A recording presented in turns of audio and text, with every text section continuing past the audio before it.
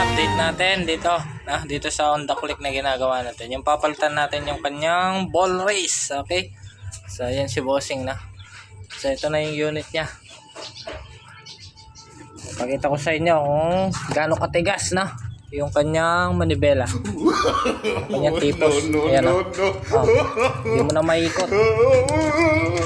Kaya mo boss. Ayan. Yan yung sabihan ko. Ayan. Grabe. Oh.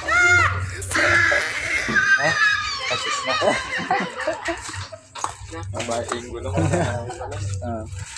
Kanina nandin makabitsing kaya na yung shock, gulong, manibela ne. May smooth siya pang bagyatin niya pang bagyang kay. Pero patse mila ko ya. Yan po yung kondisyon na may bugme nga ayabit. Maglak ne. Oh. So yan po yung sintomas na ne. Kakabid ne.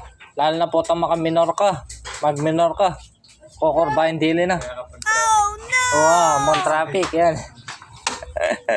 May bugme nga pigil. Mabayat siya. So yan po na yung sintomas na. So ngayon po, bakalasan tanin kayang tipos.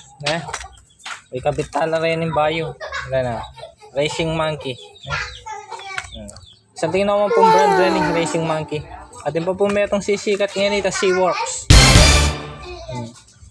Seaworks. Numayin tong kayong brand na medyo quality na. Yan, Racing Monkey, Seaworks. Yan. Lalaban lang po kayong stock. Okay. Kayong stock po kasi medyo makamal na, may gitlibo yata. Tunggal-tunggal lang ay bulitos na lang makabuong mga nini. Kawa-kawa nila rin bulitos na. Okay. So yan, bakalasan tayo pa.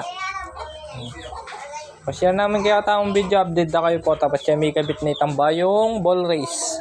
Okay. Yung mga nanay kaya smooth. Okay.